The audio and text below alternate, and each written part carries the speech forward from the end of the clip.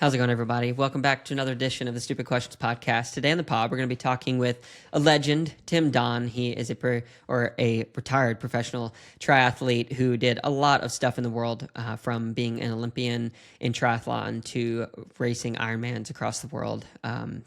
Just really appreciate him taking the time to come on here today. It's really fun getting to meet all of these legends that I've heard about for several years. So Tim has an amazing story, super down to earth, really fun, high energy guy. So without further ado, I want to introduce you to Tim Don.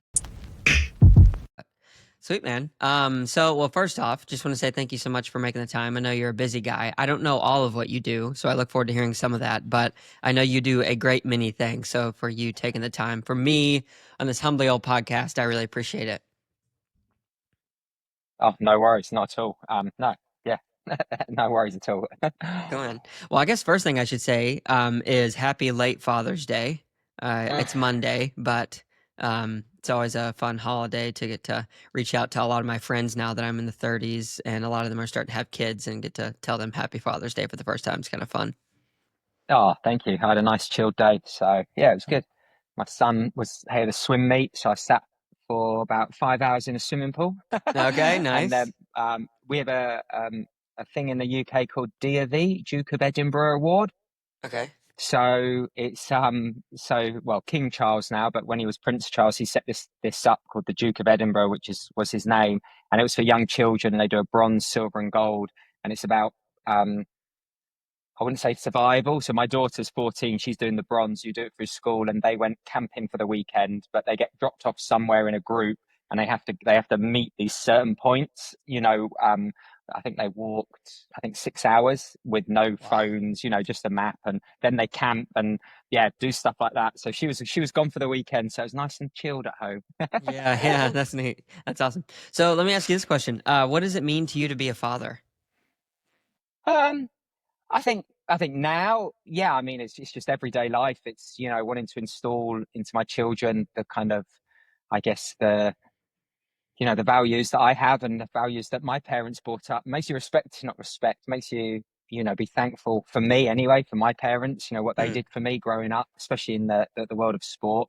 Um, yeah, but man, the landscape changes, hey, from when I Yeah. was, I'm 47 now, so from when I was a kid to then. So for me, yeah, no, unconditional love and doing everything I can to support my kids, yeah, to be better.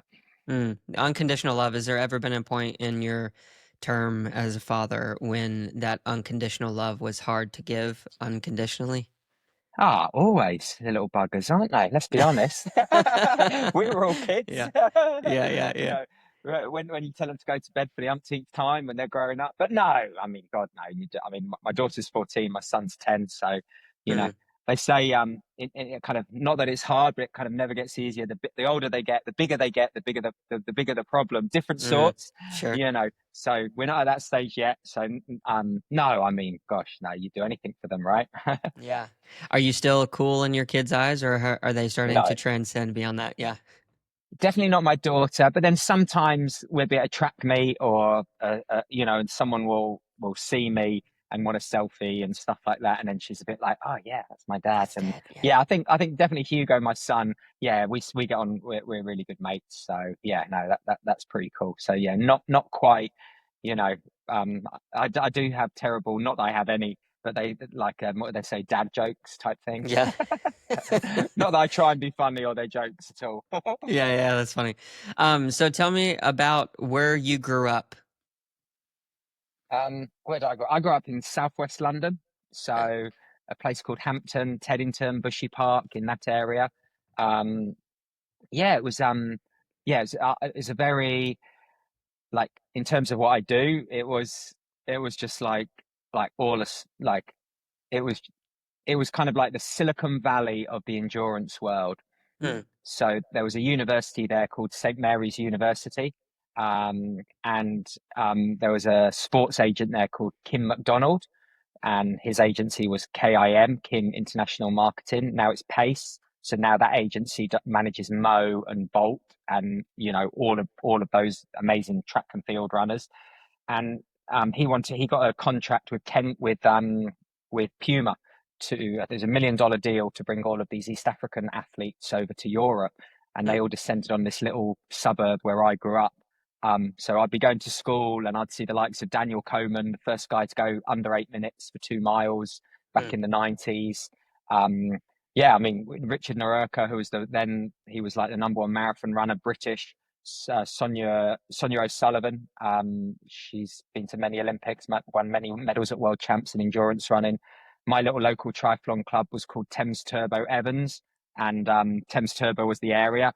Hmm. Thames because we were on the River Thames. Turbo, woo, Yeah. because we go fast. And there was and I swam for a solid swim club, and there was a guy who's 5 years older than me called Spencer Smith, and he was in my swim club and in my triathlon club, and he was world triathlon world champion, Yeah, kind of cool. like three times. So in terms of like swim, bike, run, and just that endurance mecca, it was just like, I was just so fortunate. When Mo Farah first came to the United Kingdom, he joined my run group, he joined my coach. So Hmm. I was like 16 running with this 13-year-old who was, yeah, we realized pretty early how good he was. Yeah, what does that do to the maturity level at that time? Because like 16, I was, not at all frontal lobe development was very sparse. So for you, how did that affect your growing up? I think for me, I was in with there was basically three of us. There was a guy called Sam Hockian and Ben Whitby, who are 1 year older, 1 year younger. They both went to school with me, and we just loved running. We just loved, they were runners. I was a triathlete, so I would swim before school. They knew nothing about that, but we just wanted to run. We wanted to have fun. It wasn't for us, that's what it was in our DNA. It was in our community's DNA. Um, yeah, and for me, it was like second nature to do, to do Hmm. everything and anything that was kind of, I got a job as a lifeguard at the local open air swimming pool. And then when we were on our lunch break, we'd go to the River Thames, jump off a bridge, get out, jump off it was Yeah. like we were just doing like fun stuff like that. So it was just second nature really growing up. My Yeah. parents were very sporty as well. And I've got a sister who's 5 years older. So she was the cross country captain at Oxford University, and she Okay. rode for Oxford. So she was a pretty good athlete in her own right as well. Yeah, 5 years older, I would imagine. So, are you close with your sister now? Oh, we are. Yeah, she lives in Switzerland, so geographically, not that I live in England, but yeah, Yeah. and her daughters are a year older and a year younger. They're like 15, no, they're 16 and 14, so they're a year older than my eldest. So yeah, we go and visit them every holiday. They come over here. In fact, they've just finished school now for the summer. We finish in 3 weeks. They're coming over, I think, for 3 weeks to stay with us. One of them's going to study veterinary, so she's going to jump in a veterinary practice near here to do some shadowing, and yeah, we just hang out. So yeah, I got on really well with my sister. She does triathlon. She went to New Zealand for the World 70.3s as an age grouper, and yeah, she does all that stuff. So yeah, it's Oh, good. that's beautiful. Your parents, you said that they were rather sporty as well. What did they do when you were growing up? So my dad, he had a funny job, I guess. He was so football, soccer. Yep. So he was a referee. Okay. But he went to the World Cup finals, the European Cup finals, did all the Premier League games. So Oh, I that's grew up sweet. virtually every other weekend going, sitting in a director's box of a Premier League team because the referee always got free tickets for every game. And then That's when he sweet. retired, he became the director of performance at the Premier League in terms of he turned the refereeing into professional, very professional, where it was a full-time job. Hmm. So yeah, he was super fit running around and yeah. And then my mum, yeah, she was just active member of a gym. I think badminton. She played a lot of badminton and stuff like that. So, Hmm. yeah, it was just a. I think back in the day, obviously there were no mobile phones. We have a week off at school at the end of February, so we'd Okay. always go up to either Yorkshire or the Lake District, which are renowned walking destinations. We'd always rent a cottage and go walking for a week as a family. So yeah, we were always that kind of outdoor activity kind of family. Yeah, for sure. Who would you say that you're more like, your mom or your dad? I'm probably a bit of a balance. I mean, my dad is very like this down the line, and Hmm. I'm very, very like OCD like that. But then I also kind of like that's when it very much comes to performance and my job. But outside of that, like if I play tennis, I don't care if I win or lose. I just love the game. I'm not, Yeah. when it's my job, swim, bike, run, then I'm very junk, junk, junk. And my mum is Hmm. very much relaxed. So I think hopefully I have a balance of both. I'm sure they'll probably disagree. Yeah, yeah, it would be fun to interview them as well, just to hear the what they had to say. So interesting. So I have a little bit of a context of who you are now in terms of the things that you've done, but from your perspective, who do you say that Tim is?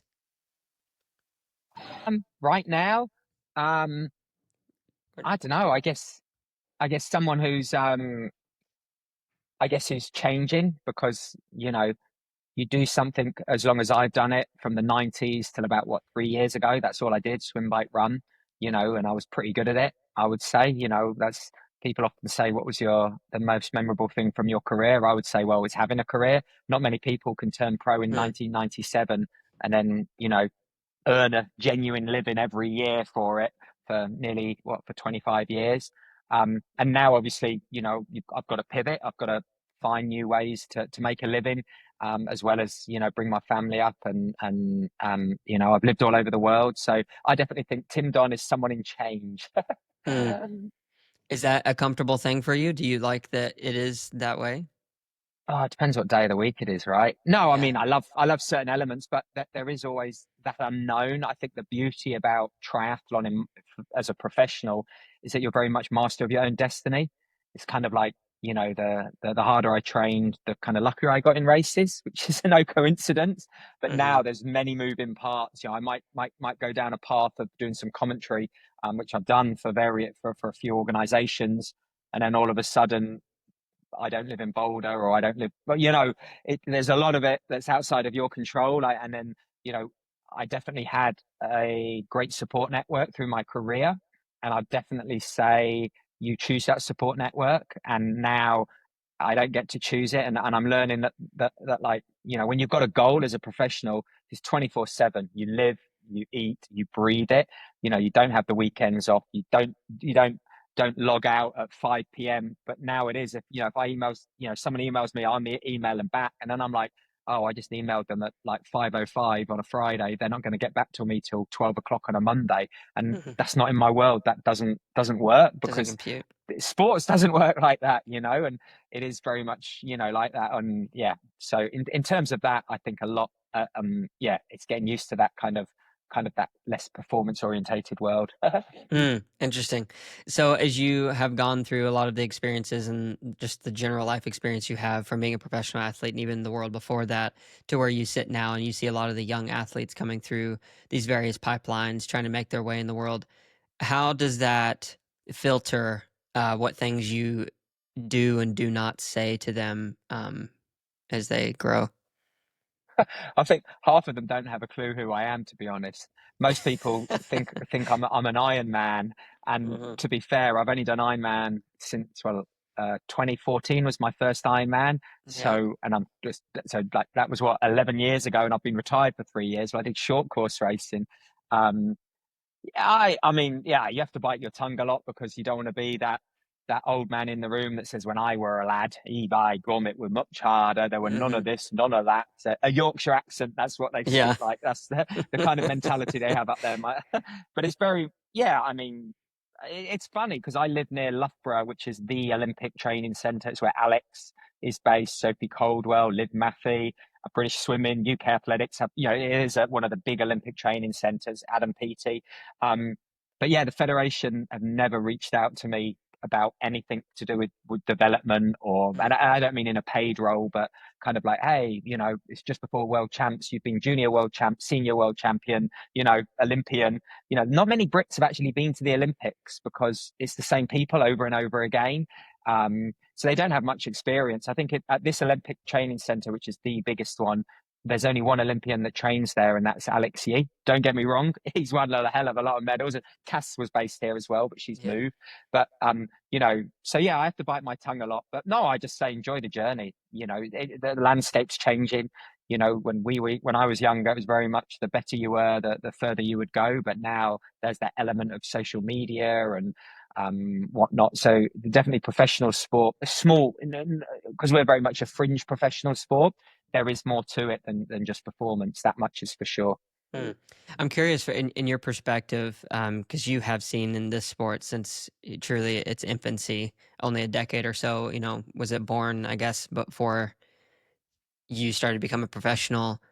In your eyes, what needs to happen before it's no longer considered a fringe sport? Is it a number? Is it a feeling?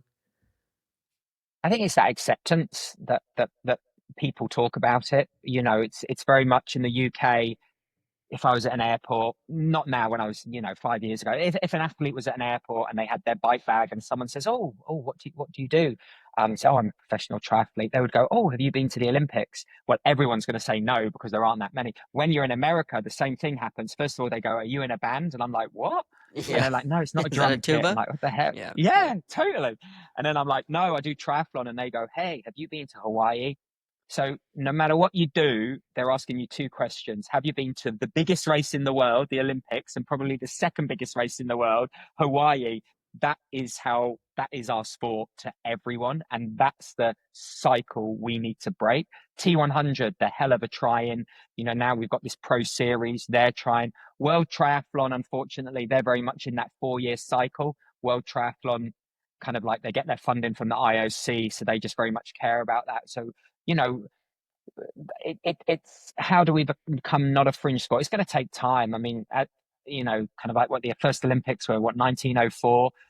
We were in the Olympics in 2000. Now we've got 2 medals in there. 1989 in Avignon when Mark Allen won. That was the first ever world triathlon. Kona Hmm. started in kind of like 78, but the year I was born. But that was very much didn't grow into the business until about 10 years ago. So we are moving at light speed. It's just going to take time. I think now, I think now we've got a big drive globally, especially in the first world, about healthy living. And I think triathlon can really capitalize on that, especially with the youth. Through schools, swimming is a major skill that we need every kid to be able to swim, just for, I mean, survival, so they don't drown. Yeah.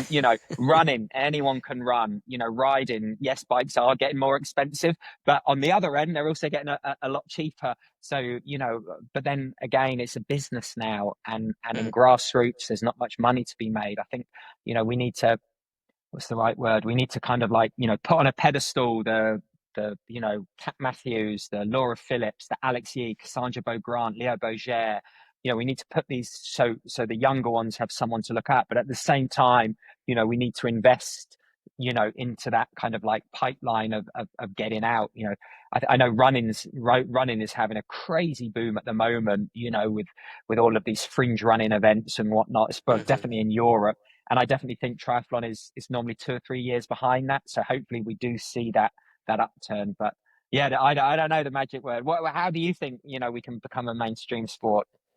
Oh man, I have no idea. I think just as it continues to grow, it's like with anything. I think the best things that turn into long-lasting trends or businesses or bands, whatever it is, it's they got to start small and maintain that slow, steady growth. I think an oak tree takes a long time to grow into maturity, starting out very small. But if you have things like, you mentioned earlier, like the Silicon Valley of endurance sport here in the US, like Silicon Valley for so long has valued this idea of coming up with an idea, throwing millions and millions of dollars behind it, trying to grow it and lose tons of money up front, and then hopefully, turn into a unicorn where you can sell it for $1 billion later. And that rarely happens when you look at the total number of companies started, and oftentimes you're growing a bunch of weeds really fast and they look really impressive, but then the first sign of a storm it blows them over. So I think for endurance sport, like, yeah, it's got to just continue to grow slow and steady. I think sometimes we put the cart before the horse when there's a lot of money being put out there for something. And I understand, like T100 for example, like there's a lot of, somebody's got deep pockets where they see a future and they're investing in that, but right now it's not sustainable. So we'll see how like the horse gets back in front of the cart and at what point that happens. Um, it's not to say that that stuff can't happen and growth spurts don't happen, but yeah, I don't really know. I mean, it seems pretty big to me at this point, compared to even when I started getting into it, maybe 6 years ago. So I don't know.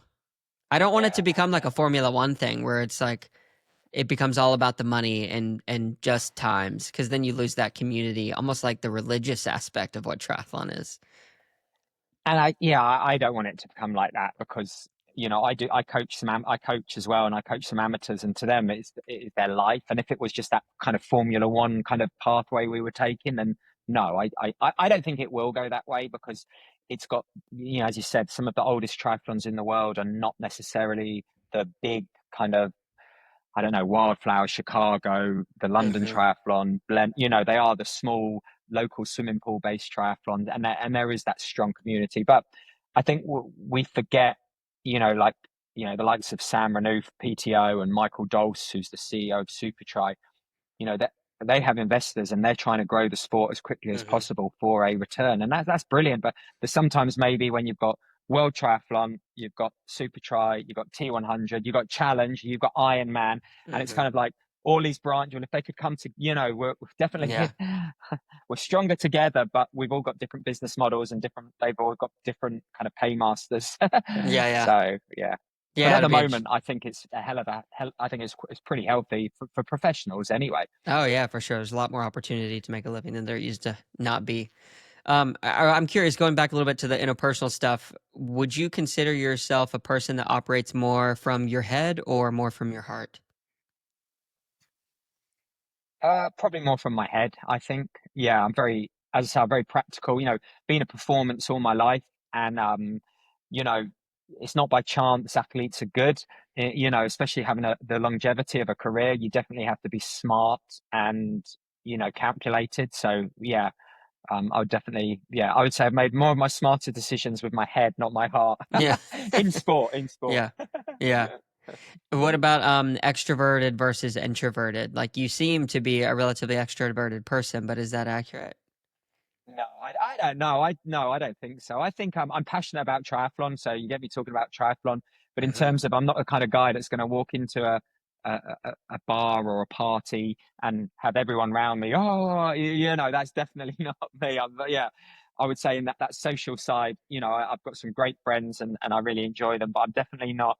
Yeah, I'd definitely say I'm not an extrovert. But I love triathlon, and I see myself more of a custodian. Kind of, because this sport, as we said, it is healthy at the moment, but Hmm. we don't know what's around the corner. If one of these big investors pulls out, or Ironman decides to sell for this insane amount of money somewhere, and they break it up, split it, all of a sudden, what's happening in the US with trying to get permits to race, kind of like, and all of a sudden, half of these races disappear. So yeah, I'm definitely passionate about that, but I don't think I'm an extrovert.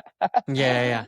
What do you do to recharge? Like, what helps you to feel like you're getting back to a place where you can have the outward connection with people again? I think time with my family and friends, that goes, I've sacrificed a lot, professional athletes have, growing up, and, you know, I know my family has definitely sacrificed a lot. I dragged my wife and young daughter, we emigrated to America for, when they were young, and now we're back here. So, they've done a lot for me. So for me, spending time with them, that helps center me, I guess, and puts balance in my life. Beautiful. So I talked a little bit earlier, asked you the question like, who is Tim according to you, and you gave some really good examples of the things kind of that you do, and it even hinted at the values that your parents gave you, and then you are now passing on to your children, and likely a lot of the people that you interact with on a daily basis. So I kind of want to ask this question. Circled around identity. There are kind of three identities I think that most of us deal with in our lives. It's the identity of who our parents, family, close friends see us as. So there's kind of that box, and then there's the other one where you have the like personal view of yourself, like who Tim is or who Seth is, and then there's the view of for someone like you, the view of the fans. So they don't know you personally; they see you on the interviews, they see you at the races, on TV. They get kind of this snippet of who you are, which is a hardly a reflection of like your entirety of who you are. So for you as a person, as you have grown older and become more solidified in being comfortable with who you see and know yourself to be, how have you dealt with those different external pressures to kind of like fit you in a box of who Tim is, if that makes sense? Well, I think first off, when I was younger, that third one didn't really count, because th- There aren't it any. there was a triathlon magazine once a month, and you might have got a photo in it with a and Tim led out the swim. He got dropped on the bike, and he had it's a different world to Yeah. when I was younger. And as I said, now I'm 47. I post on social media. So yeah, I mean, I think you've got to evolve with what's happening around with you, especially with what I do. Kind of, I guess my job is a heavy part of it. But I think first of all, I have to be, I guess, content with who I am and who I want to be, and that's hard for everyone because as soon as you look at social media and read comments, then it's like, oh, maybe that's not me, or maybe Mm, because I'm by no means famous, but definitely within our world, what I say carries value. yeah. And, not everyone agrees with everything. And so that there is always that kind of like you're trying to please everyone. And by trying to please everyone, you don't please anyone. So, but it's hard to stick by your laurels because triathlon is polarizing. It's you're either that way or the other way. There's, because it is a small sport. Yeah, so for me, I definitely look inward, and you've got to be happy with who you are, and that is hard at times because, um, then I guess it's only probably a handful of friends that you go through your whole life really knowing, and you know, I think I would have definitely I keep people more at arm's reach, whether that's intentional or not, but I think that's just a coping mechanism you have as a professional athlete because people don't judge you on your performance, they Mm, judge you on your result. No one knows what you did to get there, kind of. mm. Like people are talking maybe, oh, well, what's happened to Chelsea Sodaro, man? She's racing terrible, but no one truly knows what's going on with Chelsea Sodaro except for, Yeah. for probably five people in this world. And but people are so quick to judge and point fingers and comment. And so I'm definitely, yeah, I keep that kind of thing at arm's length. And I think because I haven't been born into it, because I'm old, it's harder older to change that. But I do think the youth, when I say youth, like the juniors coming up, the Yeah. the future Alex Yees, Jan Fadinos, the Sebastian Kinleys, the Daniela Reef, now she's retired, you know, God, man, what's going to happen in 10 years? It's going to be like virtual reality, AI, I don't know where Yeah. that's all going, man. Yeah. That's interesting. Like, because I think that it goes a long way to say that no one has truly still figured it out. It is so hard in a sport like triathlon or any endurance or really any sport to not allow the external factors of what people view us as the results rather than the long-term performance to define who we are. Why do you think that it is so easy for us as a human species to read a few comments? Let's say one of them is negative, five of them are positive, and that one negative one like really eats at us so much deeper and is harder to cope with. I think it's just human nature. I think I think we want to please. We want to, show off, one of a better word, through our, and Want to be seen. we want people to like us. We want to be seen, and yeah, so it's always that one negative comment, and the person that wrote it has probably forgotten that. Oh yeah, did I write that? Oh, I didn't mean it like that. I was just, bit Yeah. of clickbait and whatnot, and it's like, oh geez, that really really pissed me off for a couple of days. And yeah, and I guess that the more profile and public you are, the more public your profile is, the more that's likely to happen, and the more Mhm. likely, but it's not very often it's from your peers, kind of like, which is, but then yeah, we do polarize on that, and that is I guess human nature to focus on the not the negative, well, I guess the negative to a degree. Mm. Talk to me about the level of contentment that you find right now with where you are personally. I think that, yeah, I am content, but God, I worry for my kids. There's always something going on. Hmm. Whether it's this issue at school or that issue, or they want to do this and they don't do a PB and everyone else has, and they're not the only one, or they get the maths test back, and that affects me. That affects my wife. Because God, you do anything for them. So I think I think content. I do think though, throughout my, especially towards the end of my, well, very much towards the end of my career, I did get curtailed really short. When I was in my prime, that's no, everyone knows about what happened in 2017, and then COVID came, so I didn't really get a chance. So in terms of like looking back and saying, was I content in my career? I definitely think I was there were, I think the highs are so high, and that's what everyone sees. But man, the lows are so low, and no one sees that kind of like low. Like gee, Jan Frodeno's done nothing in the last month or two. So I wonder how he's feeling. But it's like, Mhm. who? What? People have already forgotten about him, and Yeah, it's crazy. it is crazy, I think. And I'm not saying you should always wake up thinking, oh, what did those old athletes do and whatnot. But when you live so much of your life in the public eye, and now the younger ones, you've got this Hungarian sensation, Fanny Salah, who I've been a part of, trying to help her out. God, she's just turned 17 and she's raced two Super Tri series. She hasn't lost the Continental ETU Junior Cup. And there were athletes when I was younger, exactly as good, but no one knew about them Mm. because there was no social media. It was just a name and you didn't even get all the international race results because if they weren't in your the English 220, the French triathlon magazine, the English triathlon magazine, the American, then no one knew about them. So yeah, I think yeah. So I would say I'm relatively content, but also get frustrated a hell of a lot. Yeah, for sure.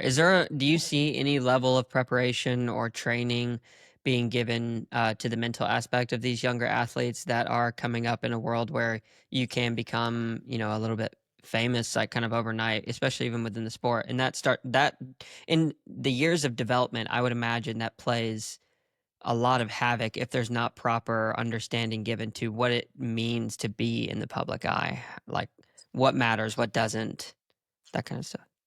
I would say no, there's zero training going on into that because everyone around them, most people around them are like, hell yeah, like Reese Vanderson. Vaniston. Mm-hmm. I mean, damn, I saw him 2 years ago at Super Try.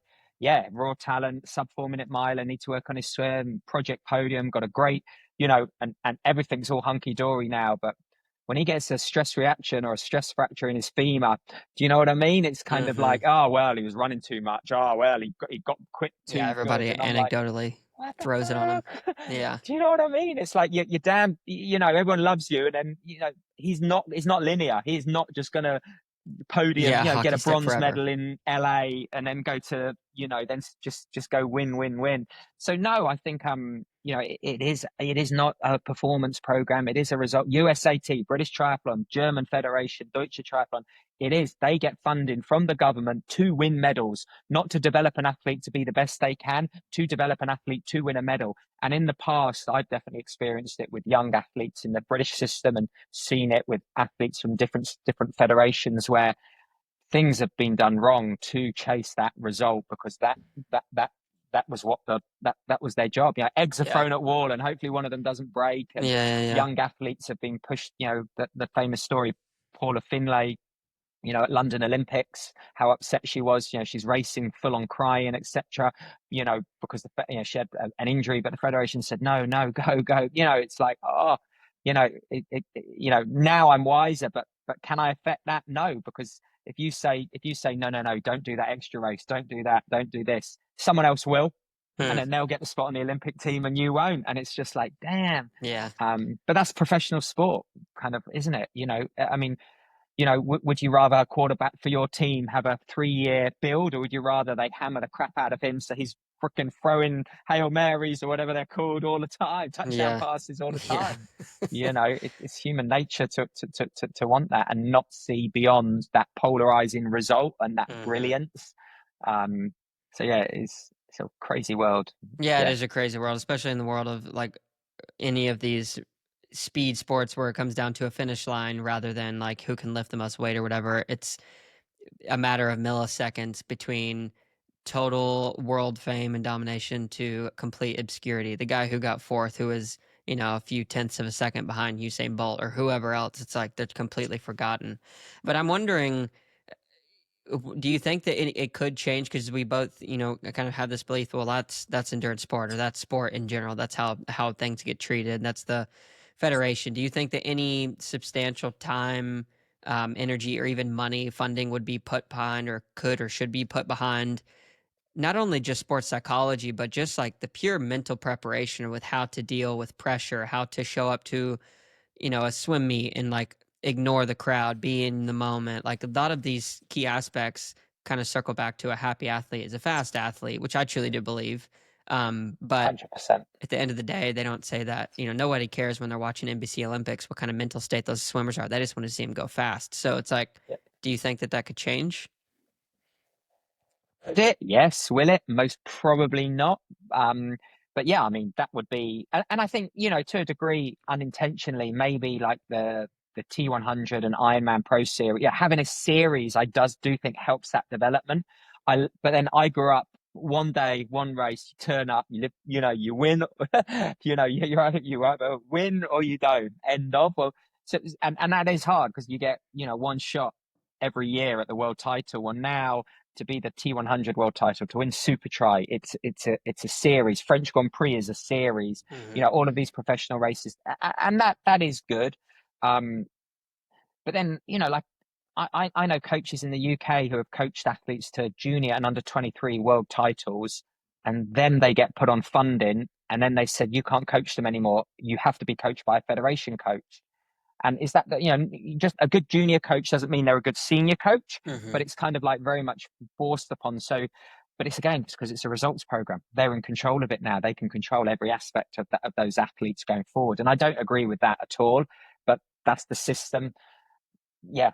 And that's, and maybe, the way kind of like, yeah, I think at the end of the day, it comes down to it's a business. Professional sport is a business, and it's a business about winning. Maybe now it's a business about and what is winning? Winning is crossing the line first, but then someone like Lionel Saunders, his best races are definitely behind him, in my opinion. Probably gets slated for saying that, but his idea of winning is YouTube likes. It is, being in the public eye. It is signing another six-figure contract with Canyon, and Canyon are going to do that because he's doing all He's of got this, the you know, eyeballs. he has, and the training he does, oh my God, is that healthy for the young guys to do it? Probably not, but that's what he wants to do, and that's how he does it. So, oh man, fair play to him, Yeah, everyone's so unique and different. Um, yeah, I guess there's a lot I could say about Lionel, but I kind of want to shift gears a little bit. For you, I listened to the podcast with Tim Ford that you guys just recently released, and obviously that was super deep. And I will preface this by saying before we dive into any of these topics, so I've been through some crazy stuff, not physically to the level that you have, but just so you know, like being held at gunpoint. My father passed away when I was super young. So in terms of like different aspects of trauma, I have experienced it in different fashions and ways, and I know that bringing those things up um, can really cause even like a physical stress response in the body. So anything you don't want to talk about, that's totally fine, and we could move on and away from it. But there were some things that I heard when you were talking with Tim that I wanted to touch on, if it's okay with you, specifically around after your accident in 2017. You became pretty depressed, and you told the story of how even when you were doing the documentary, I think it's called Halo. Is that right? yeah. Yeah, The man with the halo, the the man with man the with the halo. halo. Yeah, so we'll link that in the show notes. But you said that you were like, more or less faking being active again and having to be positive, and that depression that you came upon, you explained it as being like something you'd never really truly experienced before. So my first question is around the topic of depression, because I think a lot of people can get pulled into this for many of different reasons. Did you have a true understanding of what depression was before that accident and you had having that experience? Um, from a third party, yes, because there are people I've known who have gone through, tough times and been depressed.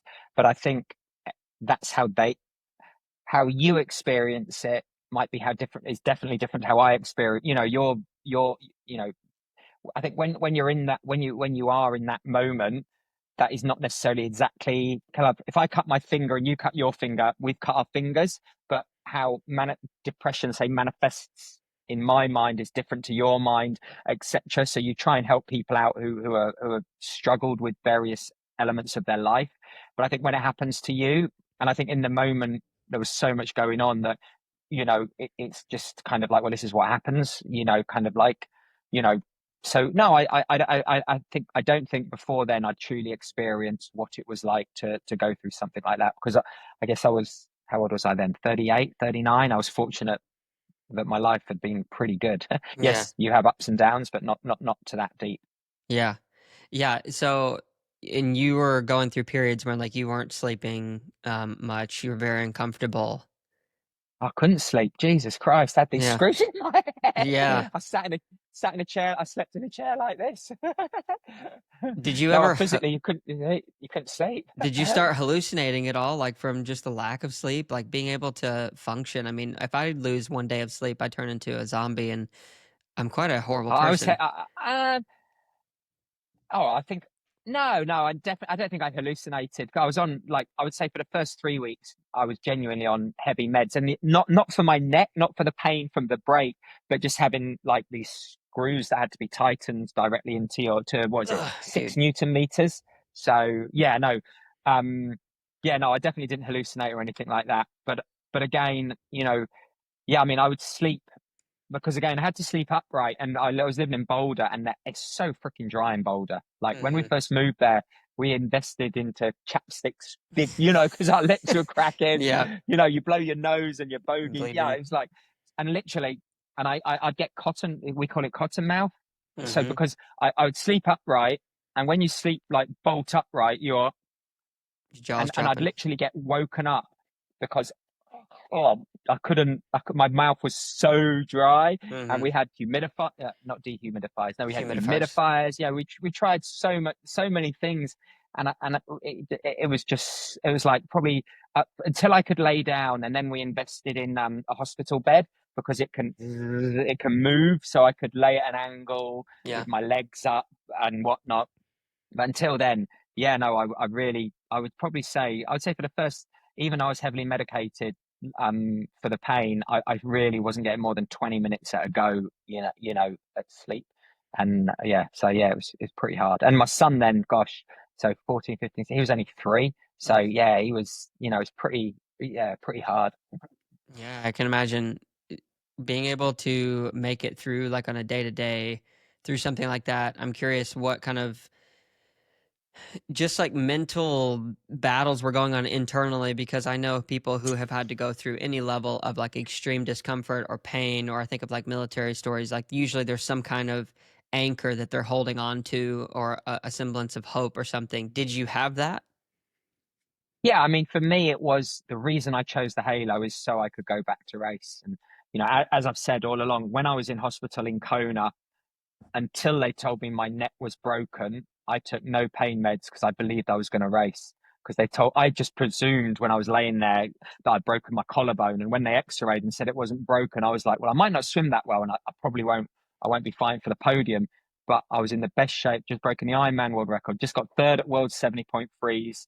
And I was the first, Javi won and Ben Canute was second. I was Hmm. the first Ironman Kona guy, so I was like, if you look at statistically speaking, that was a genuine shot to get on the podium Yeah, in to take Kona. it. And for me, that was the goal. That was the goal. And until they said, no, your neck's broken, I was like, oh, yeah, I guess I'm not racing then. And then again, then it's like, you got to, I guess, retire. But I wasn't even thinking, it's like, well, it's my job. What else am I going to do? It's a bone. It's going to heal. It's going to take time. How is the best way to get back is to have this halo, not the fusion and not the Aspen collar, like basically a soft neck brace, and just hope for the best. So the thing that I was hanging on is it is going to end because your body's going to get, the younger guys are going to get quicker, but Hmm. on my terms. And that was it. It was my terms. And, and that was what helped me by making the documentary was I can express that. And yeah, maybe in hindsight, should I have done a marathon 6 months after breaking my neck? Absolutely not. But that I guess that's that drivenness that a The professional athlete fire. has of of of of wanting to do something no one's done, of wanting to go above and beyond, and push the body and push the limits. So, and that was what was driving me. Was it crazy at times? Absolutely. My wife would still say, the things I was doing, kind of like, I was getting massages, because I was getting so stiff because I couldn't move my whole spine. And they were like, I would loosen the halo here so the masseur could loosen the muscles there. But by doing that, it was loosening the screws. So yeah, my back felt much better then. But then I'd have to go and they'd have to tighten them. So I was in immense pain because You know, I had to get a fifth screw drilled in because it was Oh my getting goodness. deeper into my skull.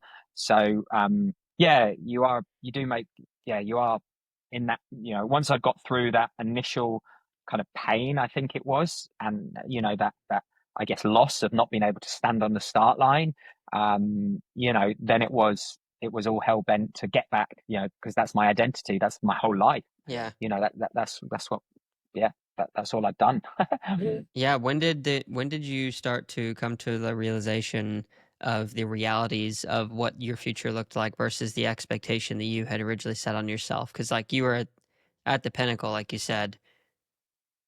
um I don't know, I mean, you know, probably not for another year because I kind of did Boston and that kind of, I knew I could train then it was just a case of getting fitter. Then I did my first 70.3 was Costa Rica. So that was back in the points system. So we had to get points. So I think I won that, got 500 points. And then we worked out to be top 50 in the world. I had to get eighth in an Ironman. So then we ramped the training up. And then that's when I started to I've been very fortunate with my body, touch wood, that I haven't had crazy injuries throughout my Hmm. career because I've always backed off. You know, I'm quite happy to walk home and not run home and pull a calf. You know, I've got no Yeah. shame in that at all. I wish more athletes were like that. Their careers Hmm. would be a lot longer. and and I think I started to get all these issues with my hip and then with my leg, my ankle and Achilles.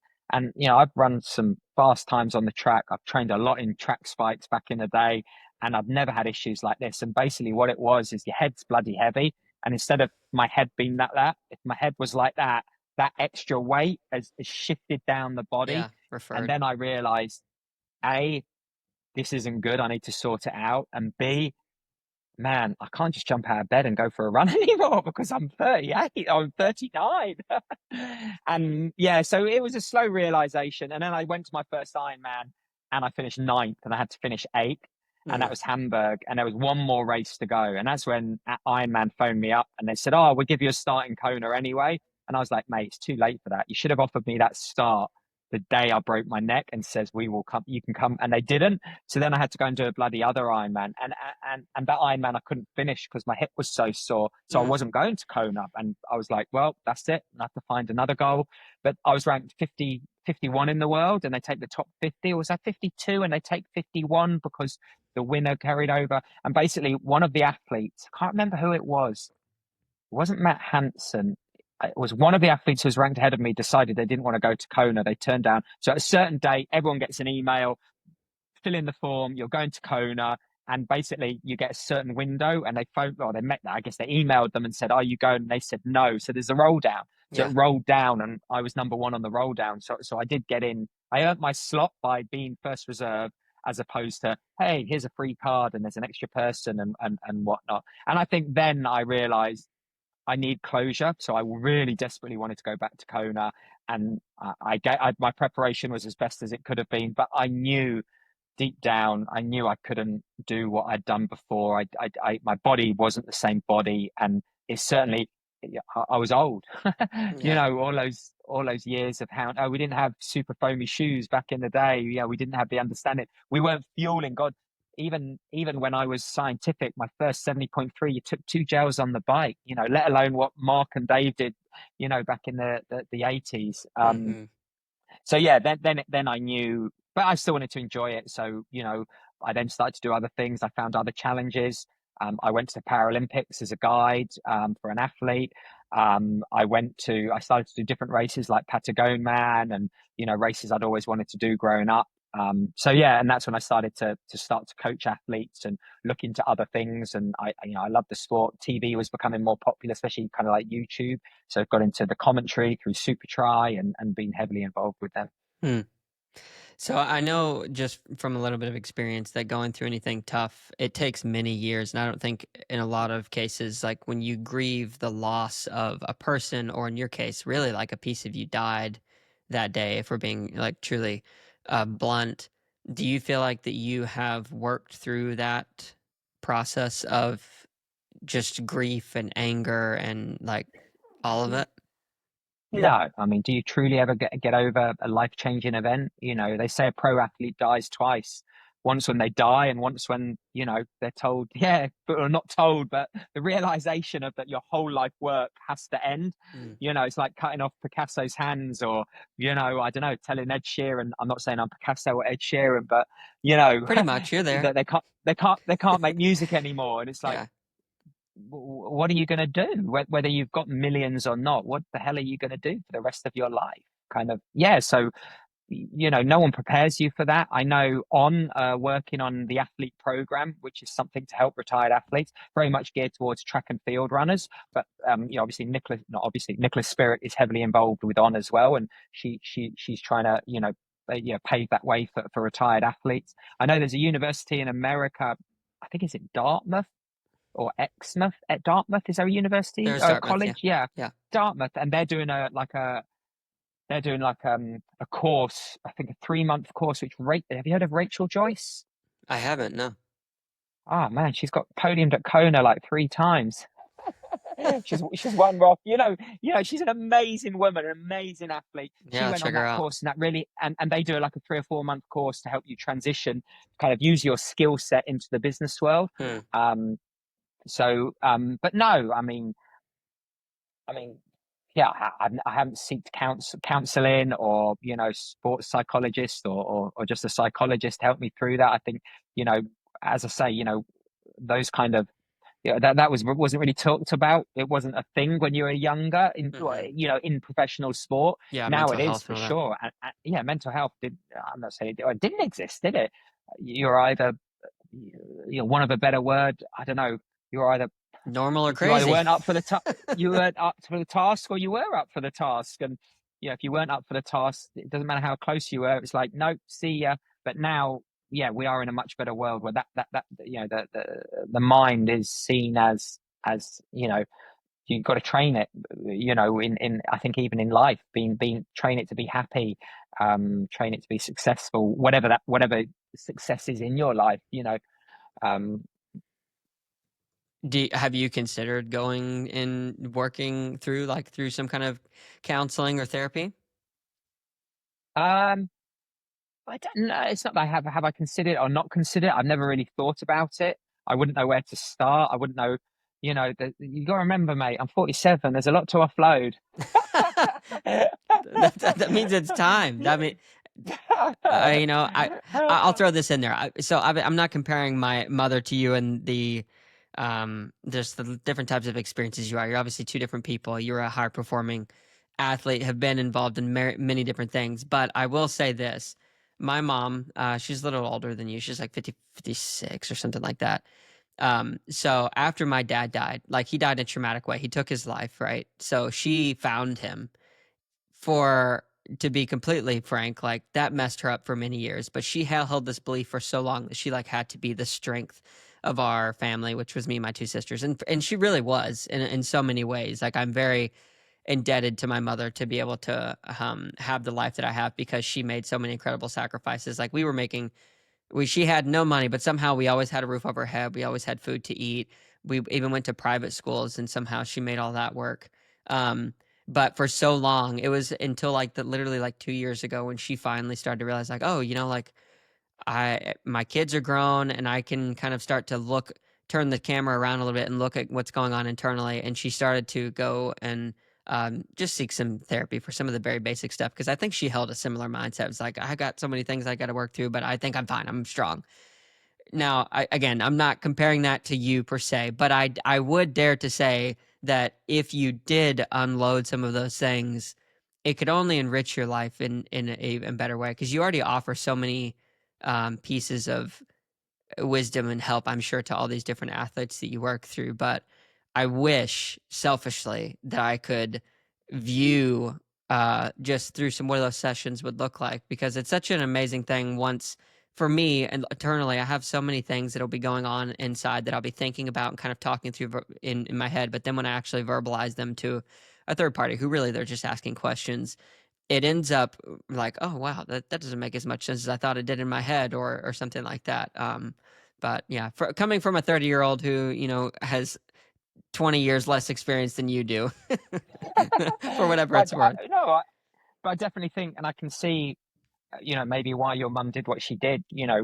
just because it it's kind of like, we saying we say stiff upper lip, kind of like, sweep it under the carpet and carry Keep on. calm, carry on. Be calm. That's absolutely, and that's how we were brought up. That's how my parents were brought up. At school, very much. I got brought up very Catholic school. I was taught by nuns for the first Well, 8 years. So it's very much these tradition. are this is just tradition. This is how it is. And now it's kind of like, well, so many people depend on me in different ways. My two kids, my family, yeah. And yeah, so yeah, maybe I should, right? Yeah. I'll go. I'll put it out there on social. You should, man. I think it would be really awesome. It's always been a Therapy blessing. sessions with the Don. Yeah, yeah, yeah. Do it, man. Do it. But you got to remember though, it's not as common. I don't know common, but it's not like I'm not saying no one does it but like there are not as many therapists in the UK as there are in America, because it is just not. I'm not saying it's not a done thing, or it's not seen as not being accepted. It definitely is being seen more Yeah, yeah, accepted yeah, now, sure. that it's not a weakness. But unless you're kind of like living in a big city, and I live in the middle of God, just the Yeah. practicalities of it. And It's a bit there aren't different. maybe there aren't as many kind of skilled therapists that could take on the Don. Yeah.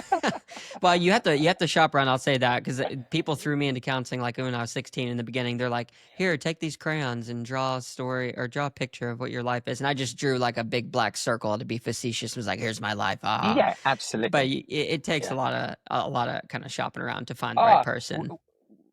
we had sports psychologists with the federation, and I was like, really? Okay. And I sit them, and they were like, so Tim, lots of your traffic lights are amber. We don't want them to turn red. We want them to turn green. That's what you need to focus on.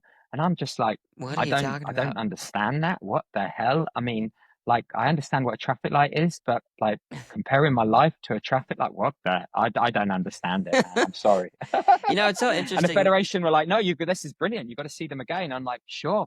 Yeah, okay. I'll try and turn these amber lights into green, and then we go, go, go. Yeah. Now there's a And it was very much from balance. a performance, though. Mm, Those sports psychologists, it's not about getting the best out of you. It's about getting that freaking result. They're going to yeah. be judged. Yeah. Well, I was I Tim. want you to I was, get that I gold. don't know who's the, yeah, totally. I was like Gwen Jorgensen's leading up to Rio. I was her sports psychologist, and she won gold. I'm brilliant.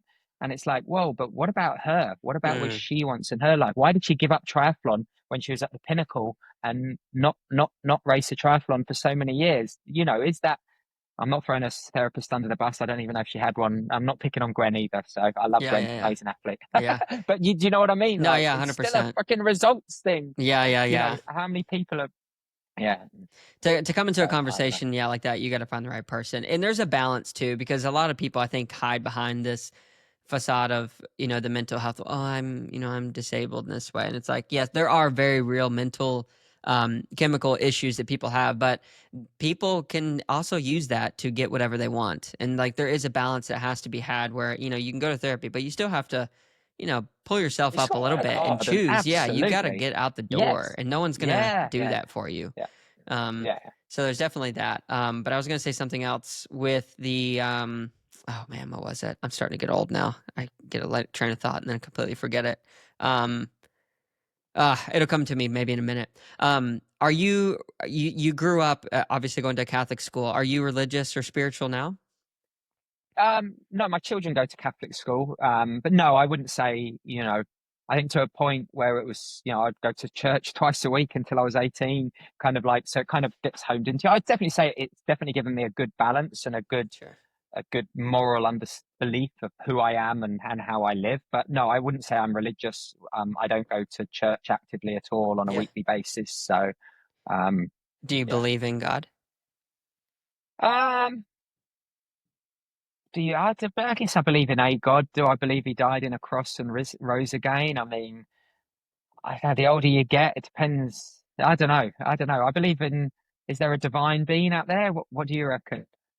I'd say yes. I've had enough experiences in life and things that just for what I've seen, little subtle things, from the conscience to, some people call it your gut. I would call it like conscience.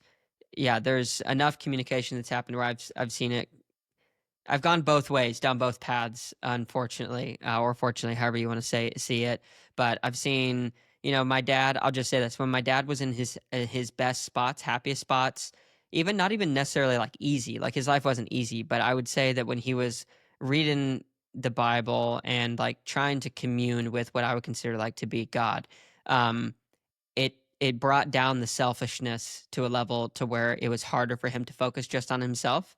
I love my dad, wish I could see him again, but I would say that has been the case. And then in my own personal life, I just notice in the mornings if I read a few verses just to like kind of ground me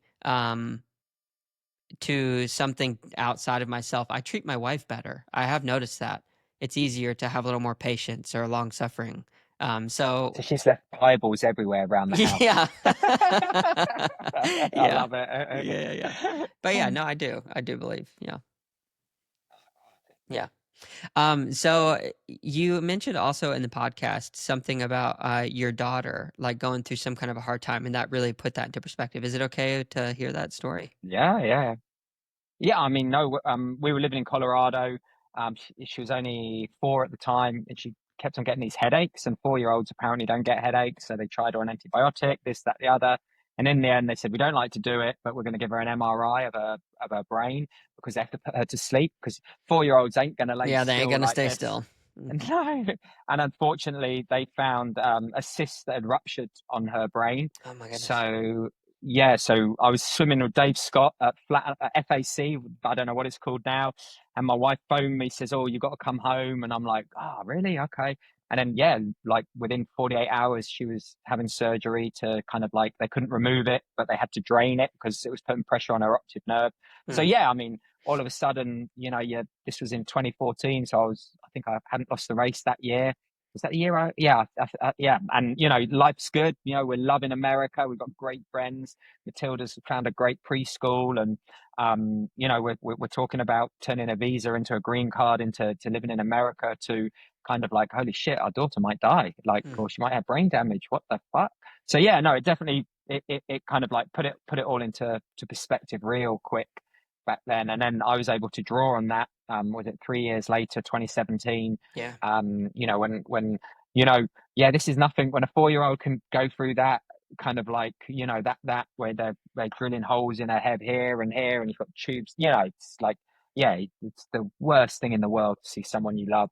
Hmm. Yeah, yeah, and then yeah, yeah, yeah. So that really was for me, and definitely for my wife. And the funny thing was, or not funny thing, is my wife was pregnant at the time Oh with wow. our son Hugo, and so and no one knew she was pregnant because she wasn't Far far enough. gone, where you tell everyone and Yeah. stuff like that. And but everyone was finding it really strange that it was the father that was going in for all these scans and not the mother, Hmm. because she couldn't go in there because she was pregnant. She couldn't With the sit in the baby, yeah, same the machine radiation. with an MRI,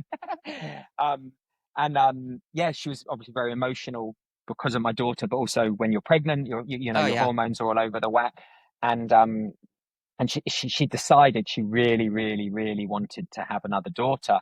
And we didn't we no we did find out about Matilda, and obviously she was a girl, so and I remember we were in hospital, and we'd just had a scan, and I'd been in with Matilda, and we'd come out, and she was there bawling her eyes out, and I'm like, look, we haven't got the results, we don't know, we're having a boy, I don't want a boy, oh, why are we having a boy? I was like, that's amazing, that's brilliant. And she went, Yeah. oh no, and like, oh my god, though. But yeah, I think she'd have 100 boys over 100 girls. Yeah. Oh man, that But yeah. yeah, so there was so much. And again, we live in Colorado. My family lived in Spain and Switzerland. My wife's family live in England. Do they fly in? Do they fly out? All of a sudden, this support network that you rely on, um, you know, Isn't there? yeah, isn't there because it's 10,000 miles away or however far it is. Hmm. 10,000 kilometers away, 6,000 miles away. So yeah, no, that definitely, yeah, that was really, really hard for us, I think. And yeah, so yeah, so no matter what I was going through, if my freaking 4-year-old daughter can go through that shit, then I can definitely, stiff up a lip Yeah. and Yeah, and charge on. yeah, keep calm.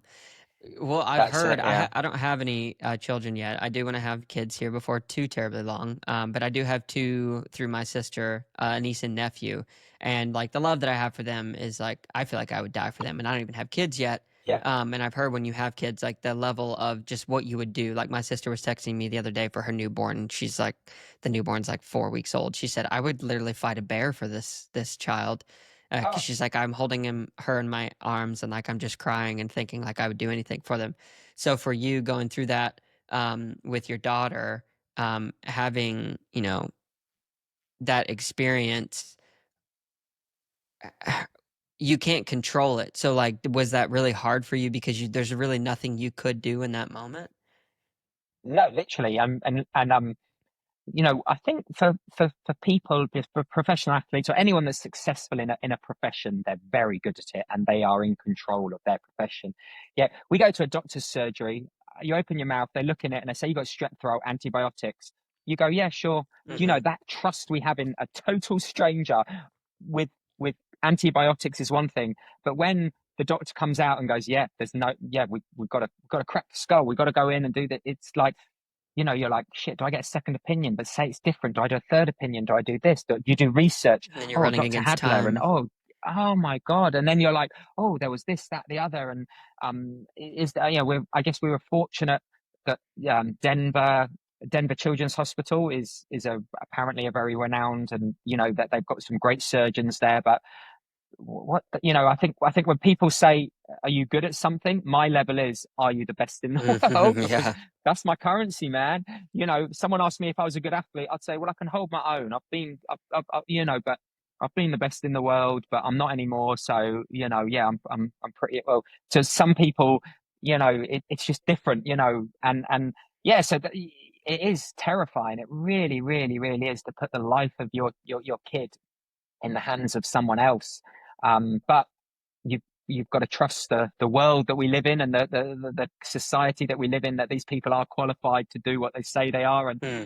that everyone believes in that. So kind of like, yeah, when you get your driver's license, you're like, am I really qualified to drive? It's like, it's like, do you know what I mean? It's Yeah. like, really, Yeah. if I fail, does that mean I shouldn't drive? Or Yeah. I don't know. Yeah, so Hmm. yeah, it was a really, really, really tough time, I think, for Kelly and myself, for sure. Kelly's your wife, correct?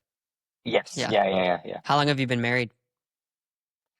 We got married in December 2009. So what was that, like 15 odd years? Yeah. But we've been together since 2003. Wow. So Yeah. yeah, That's we've a been long time. together a long time, Well, I mean, 22 and years. you've seen such highs and such lows too. Like, Oh, and the fact that you've made it through, like, is a testament of just beauty. Because a lot of people, you hit one or two low spots, and it's like, well, we're not right for each other. But having the confidence that you can make it through those cycles now, I imagine, is pretty high with each other. yeah, I think it does help that. So Kelly was a professional runner, a middle distance runner. So she got it right from the start. That sacrifice, that and when I first met her, she was running. That selfishness that you have to have. In that pursuit of excellence. And the thing is that there is no guarantee that you will reach success. And Mhm. once you reach it once, there is no guarantee you have a formula. And it was understanding that. And you know that's how we've lived our life. Every 1 year, 2 years, it's like, are my sponsors going to renew? Are we going to be able to pay the mortgage? Is my body going to last another year? I'm going to change coaches. Is this the smart thing to do? I'm going to train at altitude now, not in heat. I'm going to do, so she's been through all of those ups and downs and whatnot. So no, I'm very fortunate. And yeah, well, we've been together. Was that 23? Was it 20? Yeah, 23, 22 years now. So Yeah. yeah, must be working. Yeah, yeah, for sure. Well, congratulations on that. Well, I just have two more questions for you, and then I'll let you go. I know you got stuff you got to get to go do. But so going back to when you first started in this career, your definition for success, even post Olympics gold, was then like the Kona win. How has your definition of success now changed over time, especially after like exiting the sport for life? I think first of all, it's not the Kona win. I always think it's arrogant and stupid and complacent to go to a race wanting to win, because you cannot control Hmm. everyone else. I think you've got to have that confidence. You're in the fight for the podium. And if you're in the fight for the podium, you've got to ask yourself, why not me? Why not? Why can I not be the one to stand on the top? But to turn up and go, yeah, I'm going to win, whatever. That's second is a failure. I remember Sebastian Kinley. It was in Mooloolaba World 70.3 champs. I had a terrible race. I got seventh, and he was having a sprint finish with Tim Reed, and Tim Reed won, a home Aussie winning there. Sebastian was like, he was because he got second at the world champs. It's like, dude, better man beat you. I was like, man, deal with it, dude. So yeah, I definitely, first of all, I think that is the goal. Now, I mean, it doesn't matter what I think, it's what the bloody world thinks. Let's be honest. Do you know what I mean? It's such a brave person to be content with what they have and how they've performed. And I think we are, kind of like, what's the definition of success of this podcast? Is it how many downloads, or is it just one person messages you and say that's That's right. changed my life? I don't know. Do you know what I mean? It's such an outwardly world we live in now. So my definition of success for me is that my kids are happy, but they're only happy if their friends like them. And sometimes their friends don't like them because they've got the wrong haircut. And I'm like, really? Are you joking me? Or we didn't go on holiday to the right place over the summer, or, Yeah. daddy's got the wrong car. And I'm like, Jesus Christ, man, I just want to punch them in the bloody head, And your sister will definitely relate to that before you. Yeah. It's like, really? They're Yeah. kids, for God's sake. Yeah, for sure. I don't know what I think success is. For now, it's just been trying to I don't know, educate, trying to get my kids to have that deep understanding that there's only a few people in the world that truly care about them. And yes, that those people will come and go. They will be different along their Yeah. journey. But yeah, being happy internally is a hell of a hard, and that's all. Like, that's my success. And whether they become a pole vaulter and jump, what is it, 628 or 629 now for a new world record, or they want to be a vet or a lawyer, or they want to, I don't know, be a counselor. I think yeah, would I like them to be professional athletes? Oh yeah, I'd love it. And but would it break my heart if they weren't? No, not if they're happy. And they're everyone, that's their journey. But yeah, it's hard to ask what kind of, like, how you see success, because for my whole career, everyone's judged you by your result, and that was not necessarily. It's like, give everyone a break. Do you know what I mean? But that Let was him the be world we human. lived in. You lived by the sword. You're only as good as your last race. Yeah. Unfortunately. Yeah, you can be the richest poor man in the world or the poorest rich man in the world. I think that really kind of sums it up. Are you happy? Yeah, I am. Yeah, I think. I don't know. Yeah, no, I am. I mean, I've got kids. As I said, like, what's the time? It's 5:20. My wife's brought my kids, Hugo and Matilda, back home. So, because you moved the podcast 1 hour early, thank you very much for doing that. Very welcome. I can take my son to the local lake. We're going to go for a swim together, and it's in a motor circuit, and it's Beautiful. closed, so you can ride your bikes around. Yeah, I couldn't be happier. Not to harp on, but my daughter got very ill recently. Spent 3 weeks in hospital. She's very much on the end, Ah, very much amazing. on the mend. So yeah, she's now doing that. Totally unrelated. Yeah, totally unrelated to what happened to her when she was a lot younger.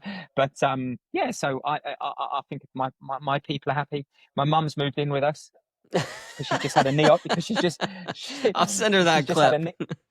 You should. Well, no, hold on. In context, she just had a knee replacement. Okay. So we're doing a hell of a lot with her, for her. No, but I'm only joking. Yeah, So yeah. Good I'm for happy you. that went well. And, yeah. So, yeah, I can't complain. You did, man. Well, last question for you.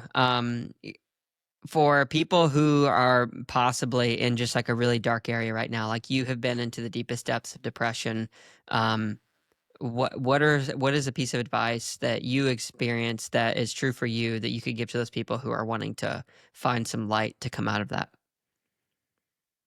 Yeah, I mean, God, I don't want to.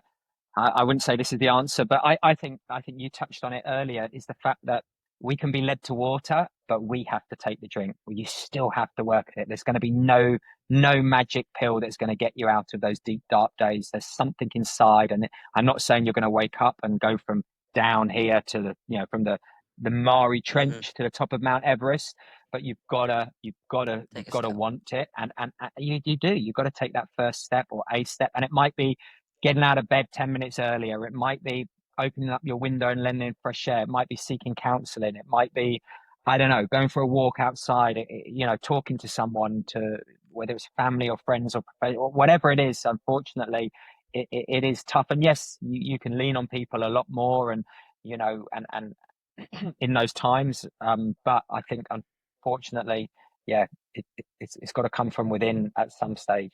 Mm. Yeah, take that step in faith. Good deal. Well, Tim, it is a great honor and pleasure to have you on and get to hear just an hour and 15 minutes worth of who you are a little bit. Hope I get to meet you in person someday, but really appreciate you taking the time and sharing your life and continuing to invest and be a custodian for the sport and the people that are coming into it. There you go. No worries. Thanks for having me. Really appreciate it. Cheers, Seth. Thank you so much to Tim for coming on the pod and allowing me to dive into his life. Really interesting stories. He's gone through a lot. He's obviously seen a lot. And to have the fortitude and resilience to make it through those hard times, even when he wasn't feeling strong at all, is a super inspiring thing. So thank you so much, Tim, for coming on and sharing what you did. If you made it to this point in the podcast, thanks for being here. Check out our newsletter and the other links in the show note descriptions. Check out that episode by The Man in the Halo. That is also a pretty cool documentary that you should definitely check out about Tim's story. And if you would like, it would really help if you could like, comment, subscribe on all the videos across all the platforms, turn on the notification bells, leave comments, leave reviews. It really helps to continue to grow the podcast. Thank you guys so much for being here, and we'll catch you in the next one. Peace.